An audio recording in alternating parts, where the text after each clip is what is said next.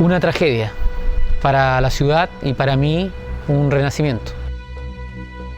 Un desastre de la naturaleza donde involucra pérdidas humanas, materiales, daños físicos, mucho dolor. Fue realmente muy fatídico, casi un centenar de personas que fallecieron. En ese momento las olas venían desde los cerros. 18 de junio, Antofagasta experimentaba uno de los desastres más violentos que se tenga registro. Una lluvia torrencial que duró aproximadamente 3 horas dejaría en la memoria de cientos de antofagastinos el recuerdo de una tragedia sin precedentes. Me recuerdo que lo que más me llamó la atención de esa noche fue el color ceniciento del día, porque era cuando me asomé a la ventana, el color que tenía la noche era un color ceniciento, gris, era una indefinición entre tarde y noche, y ese color, el color que vi de esa noche no lo voy a olvidar nunca, porque fue realmente, a mí me impresionó, nunca lo he vuelto a ver, una cosa de esa naturaleza. Fue todo nuevo, un aire pesado, un aire caliente, una brisa que nunca habíamos sentido. Cuando empezaron las primeras gotas, posiblemente precipitaciones de una lluvia que se venía, pero para nosotros sorpresa los nortinos. Se sentía un viento así frío, tibio. Y después empezó así como a garugar de repente, pero era una cosa como que no pasaba nada, o sea, normalmente para una garuga del tiempo que es junio. Había un viento raro, un viento extraño, como un viento norte, pero era un viento cálido, era un viento que uno lo sentía calentito, como se dice. Sabía que iba a llover un poco, nunca tan fuerte, y lo primero que hice fue, como reacción natural, fue medir la precipitación, que es parte de mi formación. Yo soy geógrafo hidrólogo, así que lo primero que hice fue tratar de medir la precipitación y saqué un aparato casero y lo coloqué cuando empezó a llover. Pero luego siguió lloviendo y la lluvia empezó a hacer, digamos, destrozos en mi casa, y ya empecé a sentir sinceramente una pequeña angustia al comienzo. Y después ya me di cuenta cuando ya la lluvia casi ahogaba, era muy fuerte, caía, rompió los vidrios en una claraboya que tenemos en la casa.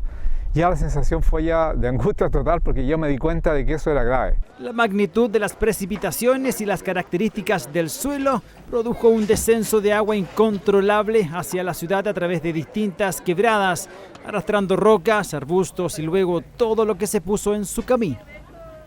Al transcurrir de las horas, cuando empezó el ruido espantoso, después el desenlace que se provocó ya el aluvión, un desastre terrible.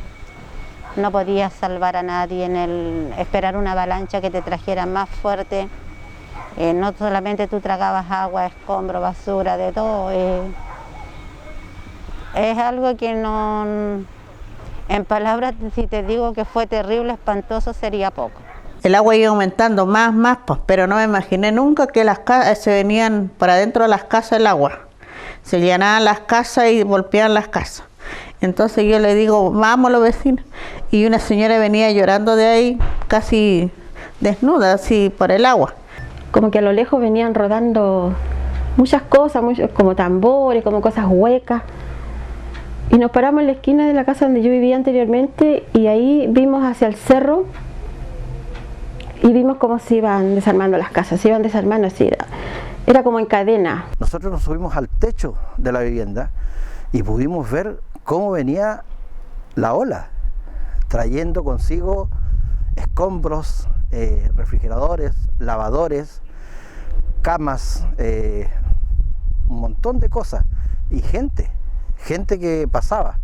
Y la impotencia realmente era grande, porque uno, por querer ayudar, pero era muy peligroso. Entre que se muriera uno y se murieran 3, había que buscar el mal menor. Y una de las peores imágenes que yo vi fue un niño de unos 11, 12 años que iba bajando por el río dentro de una lavadora. Asustado, afirmado de todas partes, pero no se podía hacer nada mientras no pasara la ola.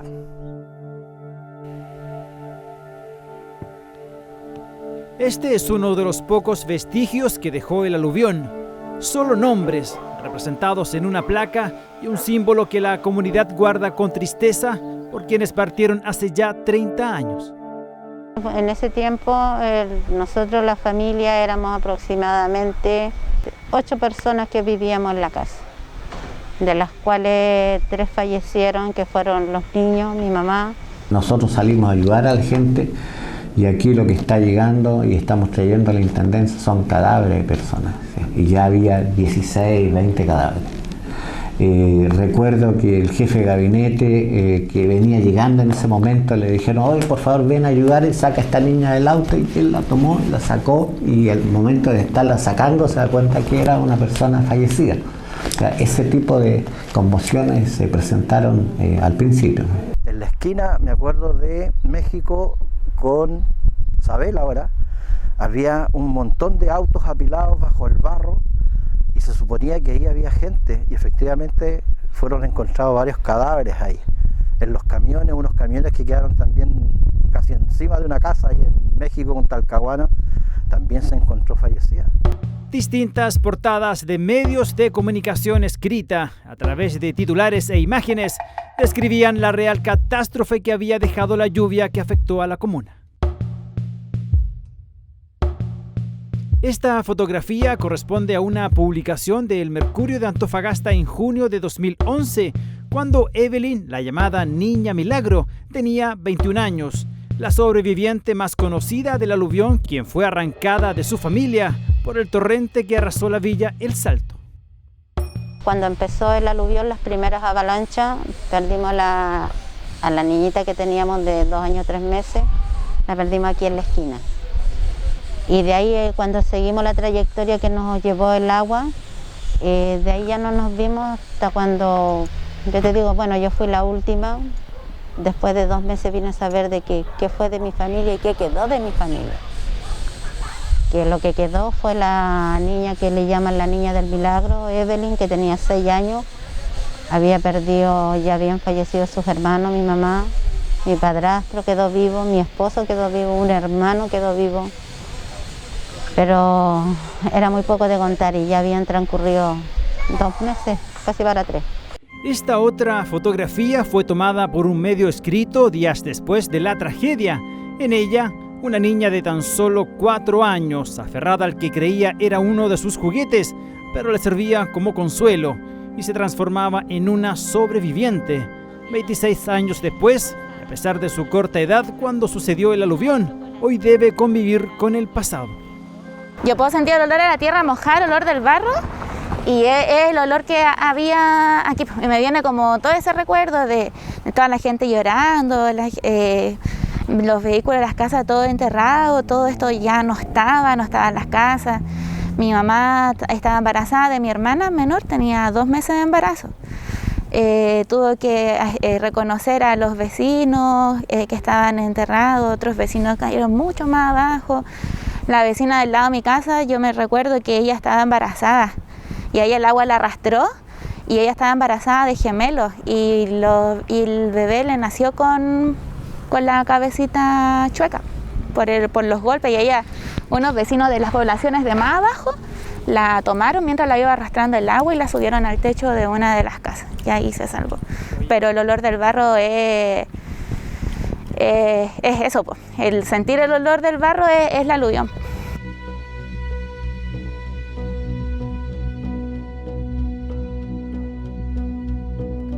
Rolando Lorca también es uno de los sobrevivientes. Después de ser arrastrado y recuperarse de profusas lesiones, hoy puede contar su historia de vida, la que pudo mantener por un milagro, según nos cuenta.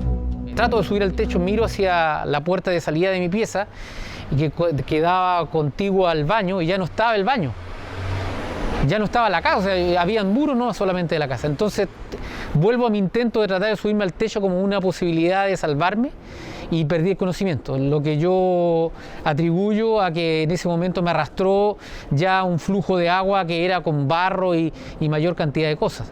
Pasó una avalancha de agua y se llevó todo. Se rompieron las paredes, se rompieron la otra pared, se llevaron a los vecinos, se llevaron a todo. Y esa fue la primera avalancha. Después vino la otra avalancha, esa fue peor. Se sentía algo así como una estampida de animales, de, no sé, elefantes, de, no sé, que venía bajando del cerro.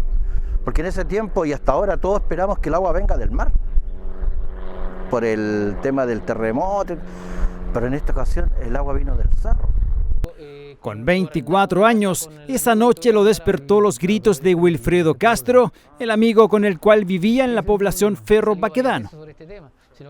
Me gritó, yo me levanté y lo primero que vi fue que entraba agua por la pieza y una gran cantidad de agua a la altura de mis rodillas.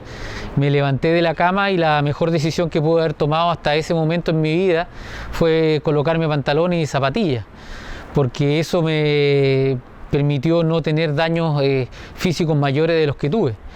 Por lo tanto, yo no percibí la lluvia. Ingresa agua a la habitación y yo me preocupo por mis libros, que propio de la universidad estaba en el proceso de titulación. Y bueno, tan pronto ingresa nuevamente agua, pero a nivel de lo que es la altura de la cama. Y ya después de eso ya el agua, digamos, me toma, me saca por la ventana. Y ahí, digamos, yo exclamo los gritos que comenta Rolando, y tan pronto ocurre eso, digamos, salgo por la ventana con destino, en ese entonces, el terreno de Cútula, que hoy día es la villa de Escondida, y quizás la parte más complicada de la bajada es cuando me toca enfrentar un muro. Y pienso que me voy a morir porque me voy a estrellar al muro. Me percato que voy en medio de un caudal a una velocidad increíble y yo, bueno, estaba bajando por calle México a toda velocidad y miraba las casas cómo pasaban rápido, digamos. Eso me llamaba mucho la atención. Y a mi izquierda se configuraron como dos pedazos de madera que se configuraron como cruz, y yo me abracé al espacio donde se unía el travesaño con el vertical, y eso me permitió salir del fondo donde yo iba en el caudal y me permitió estar en la superficie, y ahí sentí que me salvaba. Ahora no me pregunten cómo quedé agarrado con mi mano derecha de una reja en el pasaje Michimalonco con calle México, a metros de calle Yanquihue, y ahí quedé yo no atrapado, sino que quedé sujeto. Buenas tardes. Me dirijo especialmente a los habitantes de la segunda región. Nunca es más fácil establecer una comunicación entre la comunidad y la autoridad que en estas penosas circunstancias. Detrás de nosotros hay mucho en común, mucho sufrimiento y mucha sorpresa, provocados por precipitaciones pluviales de intensidad insospechada y que Antofagasta no registraba en sus 125 años de existencia. Dijeron, por ejemplo, que nosotros no habíamos querido llamar a los militares, porque los militares recién salían del gobierno, pero no era efectivo. Blas se puso inmediatamente en contacto con el general para pedirle ayuda, porque era fundamental la ayuda del ejército. Parte de la gente de oposición al gobierno en ese tiempo planteó que esta era una zona de catástrofe y por lo tanto tenía que haber una autoridad militar, como sucede en la zona de catástrofe. Y otro grupo de gente que decían que no tenía por qué haber un militar, tenía que haber un civil. Al final este coronel me apoyó diciendo que me mantuviera firme y que esto tenía que estar en manos civiles, no, que no todo tenía que estar en manos militares, y me lo dijo un militar, más claro. Un documento emitido en 1992 por la Oficina Nacional de Emergencia catastró 91 fallecidos, 16 desaparecidos, aproximadamente 715 lesionados, 45.000 personas afectadas, 600 casas destruidas y 6.000 dañadas por el aluvión, provocado por las lluvias que alcanzaron los 14 milímetros en 12 horas, superando en un 683% el agua caída en un periodo normal. En Cerro Moreno cayeron 16, pero en Antofagasta, en la Universidad Católica del Norte cayeron 42, y yo medí arriba donde estaba viviendo 46. Por lo tanto, y de verdad cayeron 51, porque después hicimos las correcciones y cayeron 51. Entonces fue un diluvio de agua en 3 horas, un diluvio de agua, de verdad. El escenario de los campamentos en Antofagasta preocupa más que nunca a los expertos, considerando que más de 5.000 familias están en un inminente riesgo.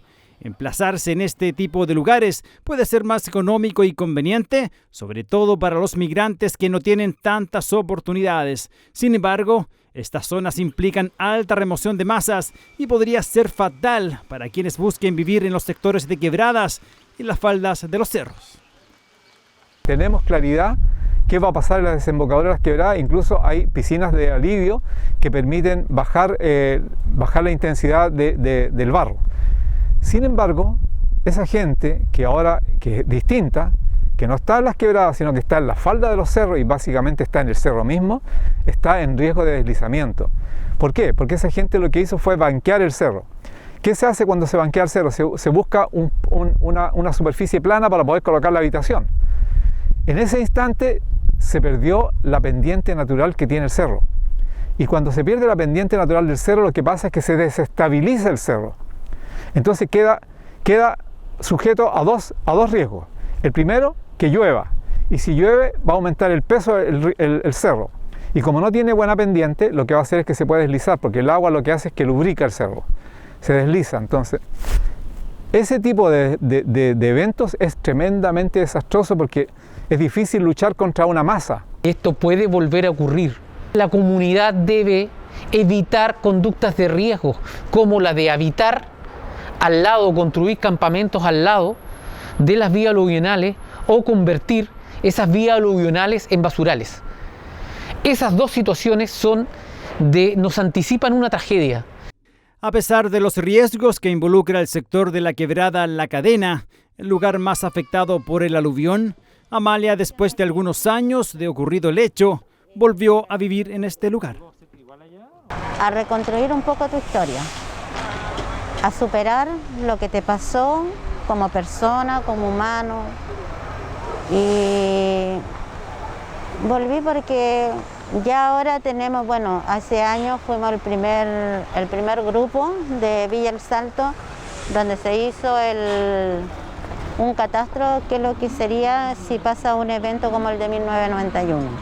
Cuáles son nuestros puntos de evacuación, una lluvia persistente en más de 40 minutos, 30-40 minutos, hay que evacuar, cuáles son las zonas riesgosas, cuáles son las zonas de seguridad. O sea, en ese sentido fuimos los pioneros, en lo cual hicimos un simulacro de aluvión y ya estamos preparados. Ya no nos vamos a quedar en la casa como sucedió en 1991.